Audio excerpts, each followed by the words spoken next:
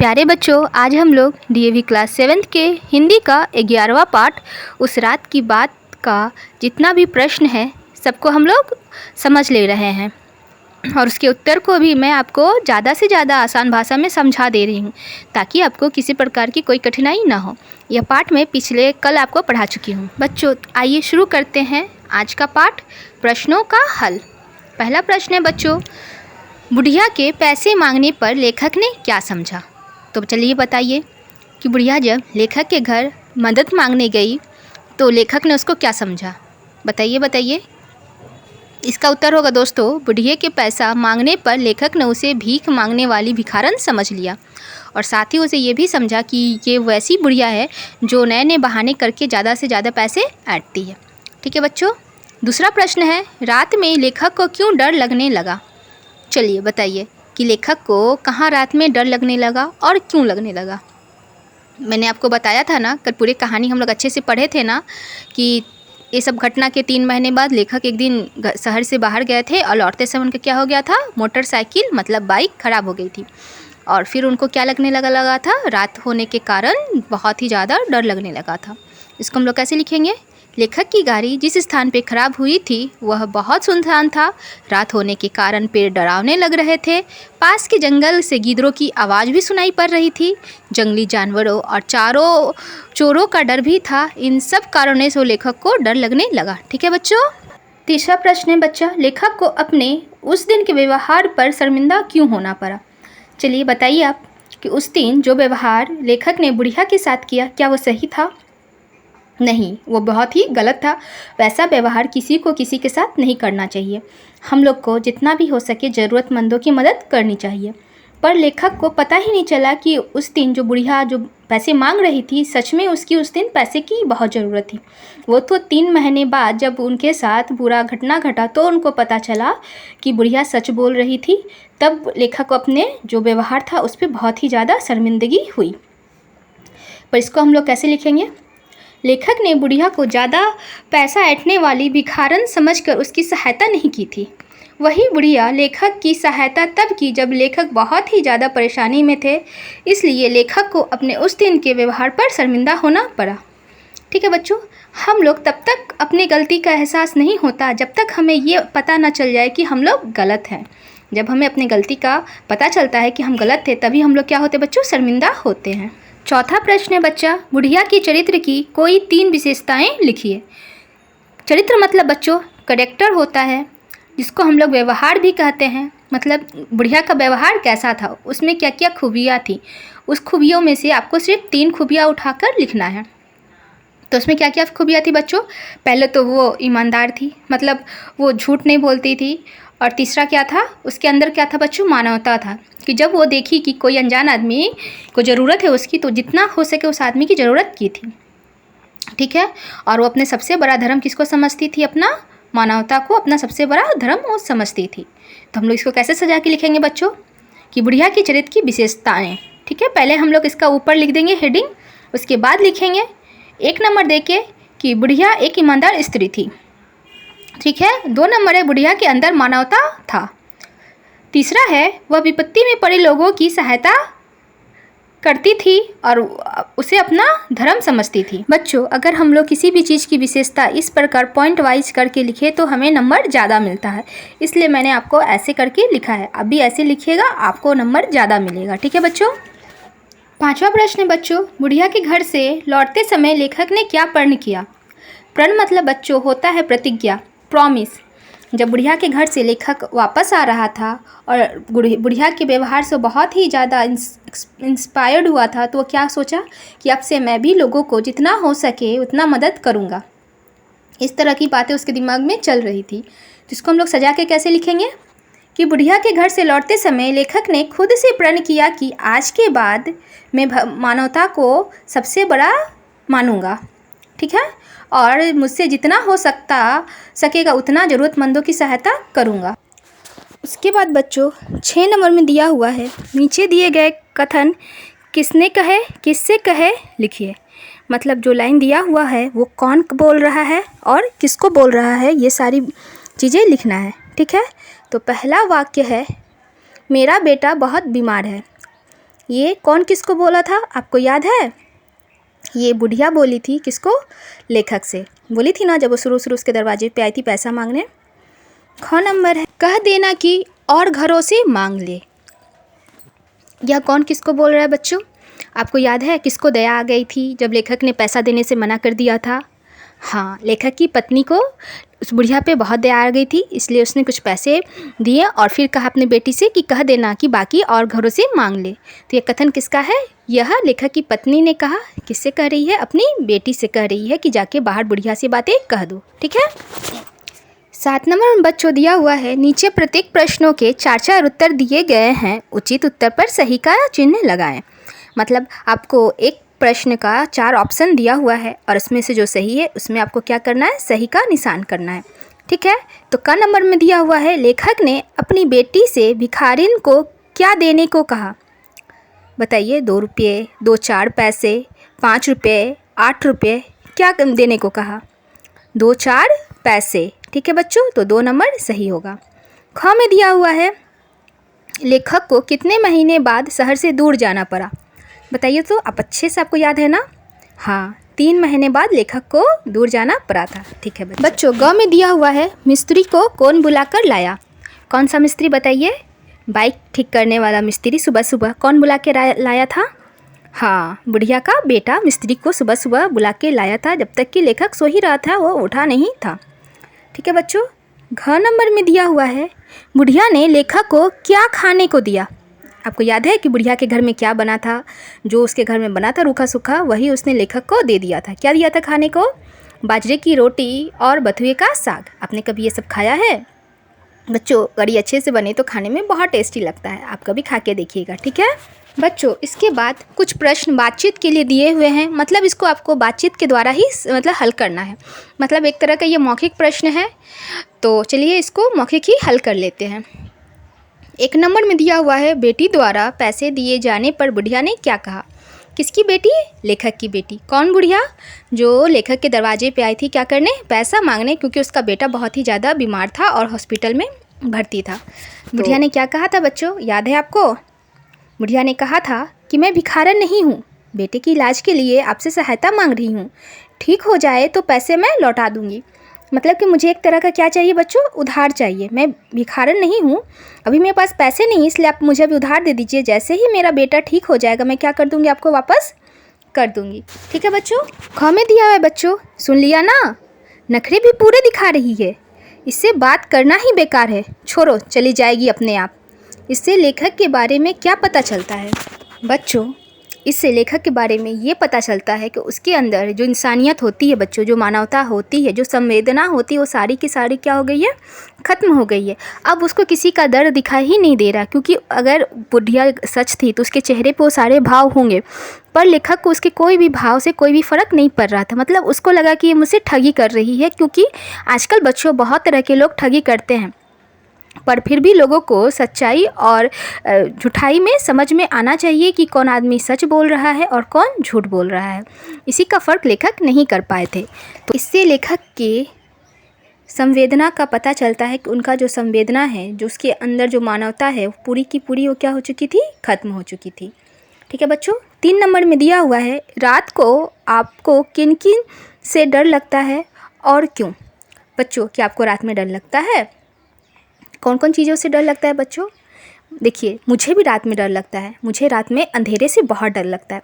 जब कोई भी रूम अंधेरा रहता है तो मैं उस रूम में कभी नहीं जाती हूँ जब तक कि वहाँ पे मैं लाइट ना जलाऊँ। और बच्चों, जब लाइट चली जाती है तब तो मैं चिल्लाना ही शुरू कर देती हूँ, क्योंकि मुझे अंधेरे से बहुत ज़्यादा डर लगता है।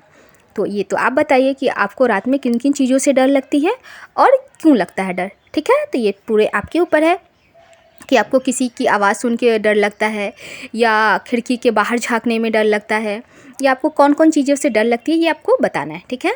4 नंबर में दिया हुआ है, लेखक की मोटरसाइकिल कहाँ ख़राब हो गई थी और किसने ठीक की?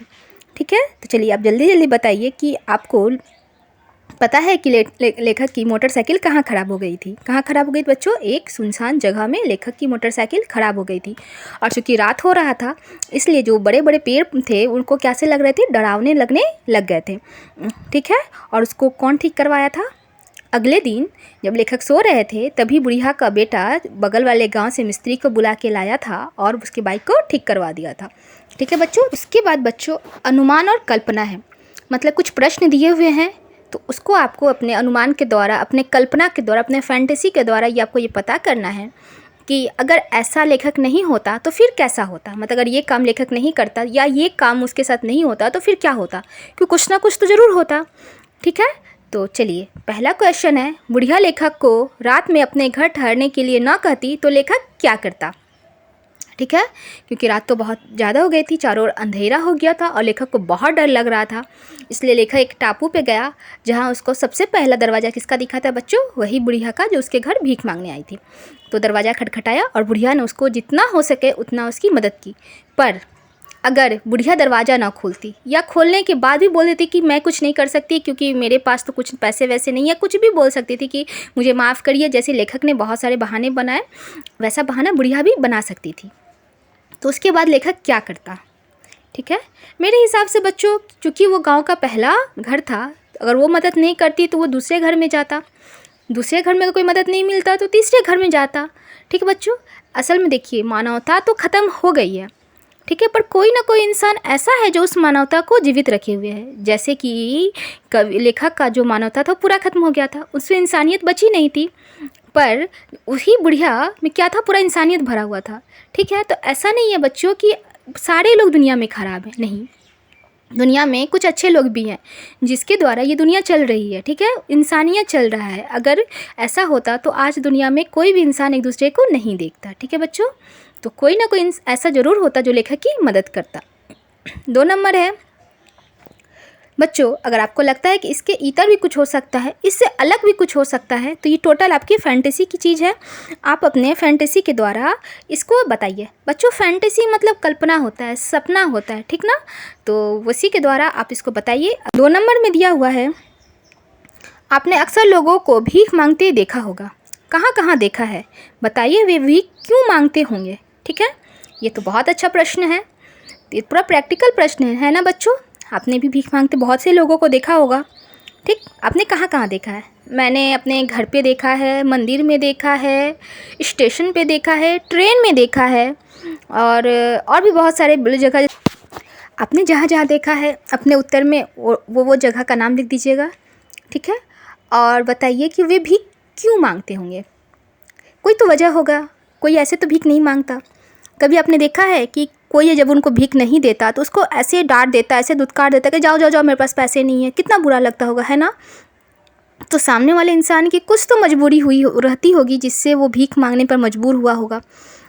तो अब आपको बताना है कि कौन सा वो कारण है जिससे वो लोग भीख मांगते हैं, मजबूरी के कारण मांगते हैं, कि उनकी इच्छा होती है, क्या वो बदमाशी से मांगते हैं। कुछ लोग बच्चों अपंग भी होते हैं जिसके लिए वो लोग को भीख मांगना ही पड़ता है। ठीक है, लेकिन ये भी सच है कि कुछ बच्चे ऐसे होते हैं जिनको उनके घर से अपहरण करके, किडनैप करके लाया जाता है और उनका आँख, हाथ, पैर काट के उनको अपंग बना दिया जाता है और किसी ट्रैफिक सिग्नल पर, किसी मंदिर पे, किसी स्टेशन पे वो लोग को बैठा दिया जाता है। ठीक है, और जिसके कारण वो लोग भीख मांगते हैं और लोग को अच्छा पैसा मिलता है। ये पूरा काम बच्चों एक गैंग करता है, इसमें से बहुत सी गैंगों का पता पुलिस लगाती रहती है और लगा भी रही है। ठीक है, इसलिए हमेशा बच्चों ये कहा जाता है कि जब भी आप अपने घर से निकले अपने मम्मी पापा का हाथ कभी ना छोड़े, अनजान आदमी से एक जरा सा बात ना करें, तो आप भी वैसा ही करिएगा, नहीं तो आपके साथ भी ऐसी घटनाएं घट सकती। 3 नंबर में है बच्चों, इस कहानी का शीर्षक उस रात की बात क्यों रखा गया। आप इस कहानी का कोई अन्य शीर्षक बताइए, साथ ही यह भी बताइए कि आपने यह शीर्षक क्यों रखा। बच्चों पहले मैं आपको शीर्षक बता दूं, शीर्षक का मतलब होता है पाठ का नाम। हर एक चीज़ का, चाहे वो कविता हो, कहानी हो, संस्मरण हो, पत्र हो, चाहे जिस भी विधा हो की रचना हो, उसमें क्या होता है बच्चों, उसका एक शीर्षक अवश्य होता है। ठीक है, क्योंकि शीर्षक पढ़ के ही हमारे अंदर उस अंदर की जो रचना है उसको पढ़ने का अंदर से दिल करता है। तो बच्चों किसी भी रचना का जो शीर्षक होता है बच्चों, वो निश्चित ही बहुत ही ज़्यादा महत्वपूर्ण होता है। तो आप बताइए कि इस संस्मरण का जो शीर्षक है उस रात की बात लेखक ने क्यों रखा। मेरे हिसाब से लेखक ने इसलिए रखा क्योंकि उसके अंदर जो परिवर्तन आया था वो उसी रात के कारण आया था। इसलिए ये बहुत ही ज़्यादा सत्य है और जायज़ भी है कि लेखक ने इस कहानी का या इस संस्मरण का जो शीर्षक है उसने रखा है उस रात की बात। बच्चों, अब बात आप पे आती है कि आप इस कहानी का या इस संस्मरण का और क्या शीर्षक रख सकते हैं। ठीक है, तो आप बताइए कि ये इस संस्मरण का और शीर्षक क्या हो सकता है। मेरे हिसाब से तो बच्चों हो सकता है मानवता ही सबसे बड़ा धर्म, मानवता का पाठ, किसी को कम ना समझे। तो आपको कौन सा अच्छा लगा वो आप लिखिए, और आपने ये क्यों लिखा इसका भी आपको उत्तर देना होगा। क्यों? क्योंकि ये जो पूरा पाठ है ये हमें इंसानियत सिखाती है, मानवता सिखाता है। इसलिए अगर हम लोग इसका जो शीर्षक है मानवता से संबंधित रखते हैं तो बहुत ही अच्छा सुनने में भी लगेगा और वो कहीं ना कहीं सार्थक भी होगा। इसके बाद बच्चों भाषा की बात पे हम लोग आते हैं। भाषा की बात पे हम लोग व्याकरण का पोर्शन करते हैं। उसमें कुछ ना कुछ व्याकरण का भाग दिया रहता है जिसको मैं आप लोगों को सॉल्व करवाती हूँ और उस व्याकरण के विषय के बारे में आपको अच्छे से समझाती हूँ कि इसका मतलब क्या है और इसका परिभाषा भी मैं आपको बता देती हूँ। तो 1 नंबर में दिया हुआ है, पाठ में आए हुए कुछ वाक्य दिए गए हैं, इनमें इनके मोटे काले शब्दों के स्थान पर उचित मुहावरों का प्रयोग कीजिए। ठीक है, कि इसके नीचे जो लाइनें दी हुई हैं उसमें से कुछ जगह काला मोटा करके आंका हुआ है। ठीक है, आपको भी दिख रहा होगा। उसी के जगह पे हम लोग को उसका मुहावरा लिखना है। बच्चों, मुहावरा क्या होता है आपको पता है? मुहावरा वो होता है जो आपके वाक्य को ज़्यादा सुंदर बना देता है, सुनने में वो आकर्षक लगता है। जी ठीक है। जैसे अगर किसी आदमी को कोई काम नहीं आता, ठीक है, और वो बोलता है कि नहीं मुझे तो आता है, अभी किसी कारण से मैं भूल गया हूँ, या तो कहता है कि कुछ आपकी गलती है इस कारण मुझसे नहीं हो रहा है, इस तरह की आनाकानी जो आदमी करता है तो उसके लिए क्या बोला जाता है कि नाच ना जाने आंगन टेढ़ा। ठीक है, जो अपनी बड़ाई बहुत ज़्यादा करता है ऐसे लोगों को क्या कहा जाता है? अपने मुँह मियाँ मिट्ठू बनना। ठीक है, तो आप सुनने में ही आपको वो वाक्य ही सुनने में बहुत ही अच्छा लगेगा कि अरे इसने मुहावरे का प्रयोग किया है और उस चीज़ों को क्या किया, थोड़ा सा ज़्यादा बढ़ा चढ़ा के मतलब सुंदर तरीके से पेश किया जाता है। ठीक है, तो मुहावरे का मुख्य अर्थ यही होता है कि आपके वाक्य की सुंदरता को बढ़ा देना। तो चलिए आगे बच्चों हम लोग देखते हैं कि यहाँ एक एक वाक्य में जो मोटा शब्द दिया हुआ है उसके स्थान पे कौन सा मुहावरा होगा। क में दिया हुआ है, बुढ़िया ने कहा यही मेरा एकमात्र सहारा है। बच्चों, एकमात्र सहारा का मतलब होता है अंधे की लकड़ी। बच्चों, आप लोग ब्लाइंड आदमी को देखे ही होंगे, जितने लोग अंधे होते हैं उनके हाथ में एक छड़ी ज़रूर होती है, क्योंकि उस छड़ी के सहारे ही वो लोग कहीं भी उठते हैं, बैठते हैं, चलते हैं। ठीक है, तो मतलब वही जो छड़ी है वो लोग का एक ही सहारा होता है। तो अंधे की लकड़ी मतलब भी पता चलता है एकमात्र सहारा। ठीक है, तो इसका वाक्य कैसे बनेगा बच्चों? बुढ़िया ने कहा कि यही मेरे लिए अंधे की लकड़ी है, मतलब उसका बेटा उसका एकमात्र सहारा है। ख में दिया हुआ है, उस दिन की बात सोचते सोचते पता ही नहीं कब सो गया। कब सो गया का मुहावरा क्या होगा बच्चों? कि कब आँख लग गई। आँख लग गई का मतलब होता है कि कब सो गया मुझे पता ही नहीं चला। इसको वाक्य कैसे बनाएंगे? उस दिन की बात सोचते सोचते पता ही नहीं कब आँख लग गई। ठीक है बच्चों, इसके बाद बच्चों ग में दिया हुआ है, गीदड़ की हुआ सुनकर मैं डर गया। मैं डर गया का बच्चों मुहावरा क्या होता है कि मेरे प्राण सूख गए। मेरे प्राण सूख गए का ही मतलब होता है कि मैं डर गया। इसका वाक्य कैसे बनेगा? गीदड़ों की हुआ सुनकर मेरे प्राण सूख गए। ठीक है, घ में दिया हुआ है, बुढ़िया की शक्ल पहचान कर मैं बहुत लज्जित हुआ। ठीक है, तो मैं लज्जित हुआ का मतलब होता है कि मैं शर्म से पानी पानी हो गया। आप हर जगह ही पढ़ते होंगे कि मैं शर्म से पानी पानी हो गया। शर्म से पानी पानी का मतलब ही होता है लज्जित होना। तो वाक्य कैसे बनेगा? बुढ़िया की शक्ल पहचान कर मैं शर्म से पानी पानी हो गया। ठीक है बच्चों, आजकल तो गाना भी निकला है ना, मैं पानी पानी हो गई, है ना, वही पानी पानी। ठीक है, 2 में दिया हुआ है, पाठ में आए हुए उपसर्ग तथा प्रत्यय लगे कोई 3 शब्द लिखिए। पहले मैं आपको उपसर्ग बता दूं कि उपसर्ग क्या होता है और प्रत्यय क्या होता है। बच्चों, उपसर्ग वे होते हैं जो शब्द के आगे लग के शब्द का अर्थ बदल देते हैं। ठीक है, और प्रत्यय वो होते हैं जो शब्द के पीछे लगते हैं और शब्द का अर्थ बदल देते हैं। पर बच्चों, चाहे वो उपसर्ग हो या प्रत्यय हो, इन दोनों का कोई अपना सार्थक अर्थ नहीं होता, पर जिस शब्द के आगे या पीछे ये लगते हैं उस शब्द का अपना सार्थक अर्थ होता है। ये बात आप कभी नहीं भूलिएगा कि उपसर्ग और प्रत्यय का अपना कोई सार्थक अर्थ नहीं होता है। जैसे मैं आपको उपसर्ग का उदाहरण दूँ तो है बेशकीमती। ठीक, तो कीमती क्या है बच्चों? एक शब्द है, कीमती मतलब आपको पता है महंगा, और बेश क्या है? उपसर्ग है। ठीक है, तो बेश का अपना कोई मतलब नहीं बनता, पर अगर हम लोग कीमती के आगे बेशकीमती लगा देते हैं तो इसका मतलब क्या हो जाता है बच्चों कि वो बहुत ही ज़्यादा मूल्यवान कोई चीज़ है। ठीक है, अगर मैं प्रत्यय की बात करूं तो जैसे भारतीय, भारतीय शब्द में जो भारत है ये क्या है? मूल शब्द है, और तीय है क्या है? ये प्रत्यय है। भारत का अर्थ आपको पता है कि भारत हम लोग के देश का नाम है, और तीय का अपना कोई सार्थक अर्थ नहीं है। पर अगर हम लोग भारतीय बोलते हैं तो हम लोग को क्या समझ में आता है कि भारत में रहने वाले लोग, मतलब ये पूरे शब्द का अर्थ निकलता है, लेकिन तीय का कोई अर्थ नहीं। बच्चों, मैंने कुछ उपसर्ग और प्रत्यय इस पाठ से चुन के लिखा है। इसके अलावा भी बहुत सारे उपसर्ग और प्रत्यय आपको इस पाठ में मिल जाएंगे। आप ज़रूर दूसरे लिखिएगा, बस मैंने आपको बताने के लिए यहाँ लिख दिया है। अगर उपसर्ग से बने शब्दों की बात करें तो अकाल है, इसमें अ क्या है?